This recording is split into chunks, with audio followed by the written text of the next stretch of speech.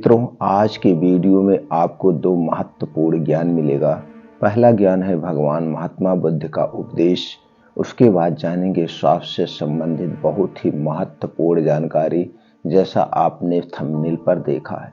तो चलिए दोस्तों, पहले भगवान महात्मा बुद्ध के उपदेश को सुनते हैं, इसे एक कहानी के माध्यम से। एक समय की बात है, किसी नगर में एक बूढ़ा चोर रहता था। 16 वर्षीय उसका एक लड़का भी था। चोर जब ज्यादा बूढ़ा हो गया तो उसने अपने बेटे को चोरी की विद्या सिखाने लगा। कुछ ही दिनों में वह लड़का चोरी विद्या में प्रवीण हो गया। दोनों बाप बेटा आराम से जीवन व्यतीत करने लगे। एक दिन चोर ने अपने बेटे से कहा, देखो बेटा, साधु संतों की बात कभी नहीं सुननी चाहिए। अगर कहीं कोई महात्मा उपदेश देता हो तो अपने कानों में अंगुली डालकर वहां से भाग जाना। उनकी बातों को सुनना नहीं तो वो लोग अपने बातों में उलझा देंगे। बेटा बोलता, हाँ बाबू, मैं समझ गया। एक दिन लड़के ने सोचा, क्यों ना आज राजा के घर पर ही हाथ साफ कर दूं। ऐसा सोचकर उधर ही चल पड़ा। थोड़ी दूर जाने के बाद उसने देखा कि रास्ते के बगल में कुछ लोग इकट्ठा होकर के खड़े हैं। उसने आते हुए एक व्यक्ति से पूछा, उस स्थान पर इतने लोग क्यों एकत्रित हुए हैं? क्या बात है, वहां पे कोई अनहोनी तो नहीं हो गई है? उस आदमी ने उत्तर दिया, वहां पर एक महात्मा उपदेश दे रहे हैं। यह सुनकर उसका माथा ठनक गया। उसके मुंह से निकला, इनका उपदेश नहीं सुनूंगा। ऐसा वह सोचकर अपने कानों में अंगुली डालकर वहां से भाग निकला। जैसे ही वह भीड़ के निकट पहुंचा कि एक पत्थर से ठोकर लगी और वह गिर गया। उस समय बुद्ध कह रहे थे, कभी झूठ नहीं बोलना चाहिए। जिसका नमक खाएं उसका कभी बुरा नहीं सोचना चाहिए। ऐसा करने वाले को भगवान सदा दुखी बनाए रखते हैं। ये दो बातें उसके कान में उसी समय पड़ गई जब वह गिरा हुआ था। वह झटपट से उठा और कान बंद कर राजा के महल की ओर चल दिया। वहां पहुंचकर जैसे ही अंदर जाना चाहा, उसे वहां बैठे हुए पहरेदार ने रोक लिया और ये कहा, अरे कहां जा रहे हो भाई, तुम कौन हो? उसे उसी समय बुद्ध का उपदेश याद आ गया, झूठ नहीं बोलना चाहिए। चोर ने सोचा, आज ही सच ही बोलकर देख लेता हूं। उसने उत्तर दिया, मैं चोर हूं और चोरी करने जा रहा हूं। दरबान ने कहा, अच्छा जाओ। उसने सोचा राजमहल का नौकर होगा और यह मजाक कर रहा है। चोर सच बोलकर राजमहल में प्रवेश नहीं कर सकता। चोर घुस गया, एक कमरे में घुसा। वहां पर ढेर सारा पैसा तथा जेवरात देखा। उसका मन खुशी से भर गया। एक थैले में सब धन भर लिया और दूसरे कमरे में घुसा। वह घर जो है रसोई घर था। वहां पर अनेक प्रकार के भोजन रखे हुए थे, अनेक प्रकार के व्यंजन थे। वह खाना खाने लगा। खाना खाने के बाद वह थैला उठाकर चलने लगा। तभी फिर बुद्ध का दूसरा उपदेश याद आया, जिसका नमक खाओ उसका बुरा मत सोचो। उसने अपने मन में कहा, खाना खाया उसमें नमक भी था, इसका बुरा नहीं सोचना चाहिए। इतना सोचकर थैला वहीं पर रखकर वापस चल पड़ा। पहरेदार ने फिर पूछा, क्या हुआ, चोरी क्यों नहीं की?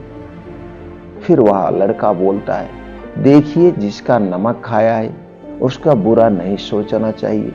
मैंने राजा का नमक खाया है, इसलिए चोरी का माल नहीं लाया, वहीं रसोई घर में छोड़ आया हूं। इतना कहकर वह वहां से चल पड़ता है।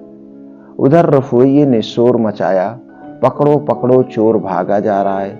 पहरेदार ने दौड़ करके चोर को पकड़ लाया और फिर अगले दिन राज दरबार में उपस्थित किया गया। राजा के पूछने पर उसने बताया कि एक महात्मा के द्वारा दिए गए उपदेश के मुताबिक मैंने पहरेदार के पूछने पर अपने को चोर बताया था, जो मैं चोर हूं क्योंकि मैं चोरी करने आया था। आपका धन चुराया, लेकिन आपका खाना भी खाया जिसमें नमक मिला हुआ था। इसीलिए आपके प्रति बुरा व्यवहार नहीं किया और धन छोड़कर मैं भाग गया। उसके उत्तर पर राजा बहुत खुश हुआ और उसे अपने दरबार में नौकरी दे दी। वह 2-4 दिन घर नहीं गया तो उसके पिता को चिंता हुई कि बेटा कहीं पकड़ लिया गया है। लेकिन 4 दिन के बाद लड़का आया तो बूढ़ा अचंभित रह गया अपने बेटे को अच्छे वस्त्रों में देखकर। लड़का बोला, पिताजी आप तो कहते थे कि किसी साधु संत की बात मत सुनो, लेकिन मैंने एक महात्मा की बात सुनी और उसी के मुताबिक काम किया, तो देखिए सच्चाई का फल। मुझे राज दरबार में आज एक अच्छी नौकरी मिल गई और मैं बहुत खुश हूं। दोस्तों, इस छोटे से उपदेश से आपको क्या ज्ञान प्राप्त हुआ, हमें कमेंट सेक्शन में जरूर बताइएगा।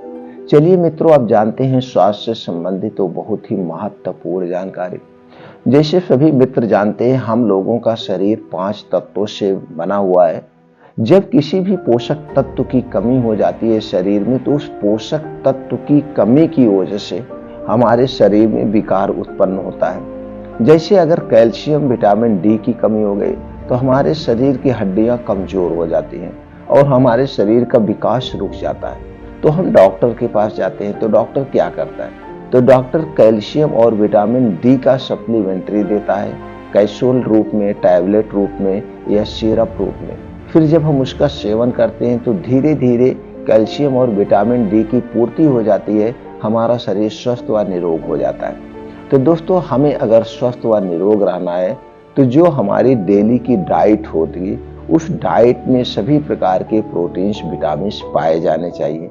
दूसरी तरफ हमारे शरीर में 3 दोष पाया जाता है, वात दोष, पित्त दोष और कफ दोष।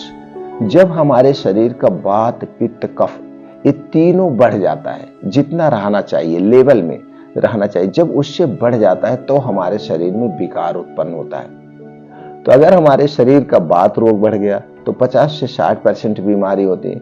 हमारे शरीर का पित्त रोग बढ़ गया तो 15 से 20% बीमारियां होती हैं। और हमारे शरीर का अगर कफ रोग बढ़ गया तो 5 से 10% बीमारियां, यानी 100% जो हम बीमार होते हैं, आयुर्वेद यही कहता है कि आपके शरीर में वात, पित्त, कफ बढ़ गया। तो दोस्तों, हमें ये चाहिए जो हमारे शरीर में वात, पित्त, कफ पाया जाता है, ये बढ़ने ना पाए। इसके बढ़ने के क्या कारण है? तो दोस्तों, जो हम कुछ खाते पीते हैं, इसमें कुछ चीजें ऐसी पाई जाती हैं जो वात, पित्त, कफ को बढ़ाती है। अगर आप चाहते हैं कि आपके शरीर का वात, पित्त, कफ ना बढ़े, तो आप अपने दोस्तों जो चीजें नहीं खानी उसे आप खाना छोड़ दीजिए। तो दोस्तों, वात, पित्त, कफ क्या है, इससे संबंधित चैनल पर बहुत सारी वीडियो पड़ी है, आप देख सकते हैं।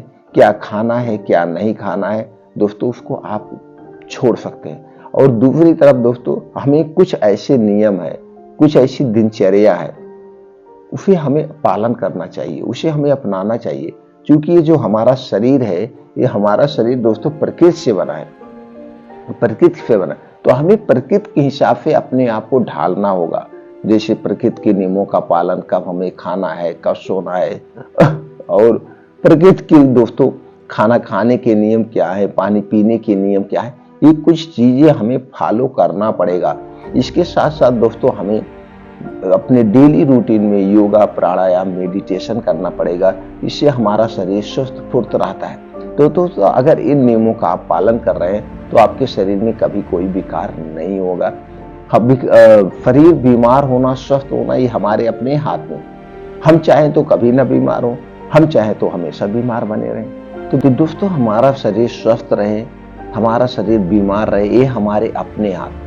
हम दोस्तों चाहे तो अपने शरीर को हमेशा स्वस्थ रख सकते हैं, हम चाहे तो अपने शरीर को बीमार बनाए रख सकते हैं। इसीलिए हमें चाहिए प्रकृति के जो भी नियम है उसके नियम का पालन करें, समय के अनुसार से खाएं, समय के अनुसार से पानी पिए, सारे नियमों का पालन करना होगा।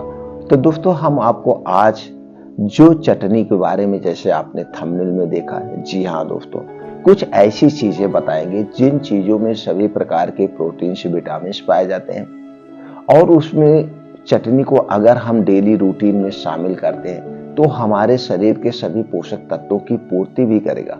और ये दोस्तों हमारे किचन की कुछ इसमें महत्वपूर्ण चीजें मिली हुई हैं जिसे शायद हम डेली नहीं रूटीन में लेते हैं। और दोस्तों चटनी खाना सबको पसंद भी है, तो चटनी खाइए, लेकिन इन चीजों की चटनी रोज नहीं तो हफ्ते में 3 दिन 4 दिन जरूर इसकी चटनी खाइए। ये चटनी सर्वगुण संपन्न है और आपको बहुत सारी बड़ी बीमारियों से बचाएगा, छोटी मोटी बीमारियां होने भी नहीं देगा। अगर शरीर में छोटी मोटी बीमारियां होती भी हैं तो दोस्तों उन्हें खत्म कर देगा। और सबसे इसकी खासियत ये है, ये जो आपके शरीर में वात पित्त कफ पाया जाता है, वात पित्त कफ को भी बैलेंस रखेगा, बढ़ने नहीं देगा।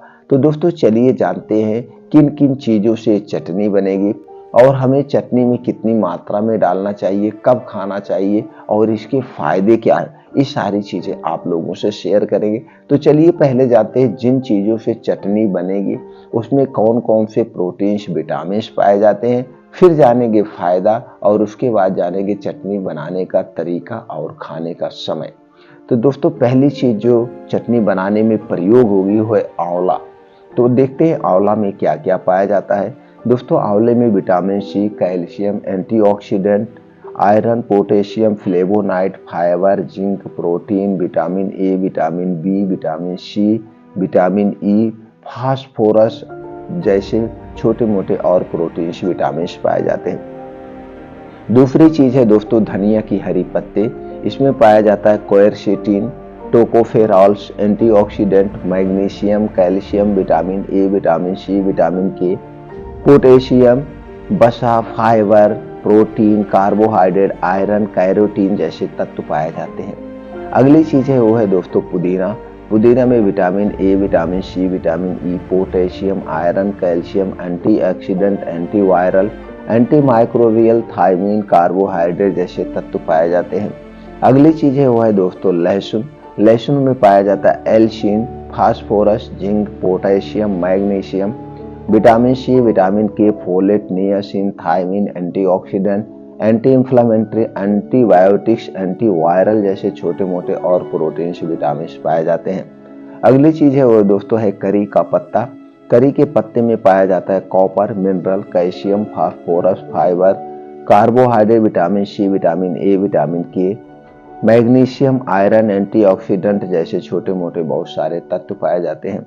अब अगर हम इसकी फायदे की बात करें दोस्तों, वजन को नियंत्रित रखता है, एनीमिया की समस्या को दूर करता है, डायबिटीज को नियंत्रित रखता है, लीवर की कार्य क्षमता को बढ़ाता है, डायरिया से भी बचाता है, डायरिया, डिसेंट्री, दिल को हेल्थी रखता है, कोलेस्ट्रॉल को नियंत्रण में रखता है, संक्रमण जैसे रोग से बचाता है, आंखों को स्वस्थ रखता है, आंखों की रोशनी बढ़ाने में सहायक है, त्वचा की चमक बनाए रखता है, बालों को काला, घना व मुलायम बनाता है, बालों को सफेद होने से बचाता है, बालों को टूटने से बचाता है, शरीर की रोग प्रतिरोधक क्षमता बढ़ाता है, लीवर फंक्शन को दुरुस्त रखता है, पाचन तंत्र को मजबूत बनाता है, हाई ब्लड प्रेशर को कम करने में सहायक है, कैंसर जैसी बीमारी से बचाता है, हार्ट अटैक से बचाता है, वात पित्त कफ तीनों को बैलेंस में रखता है। इसके इतने सारे फायदे हैं।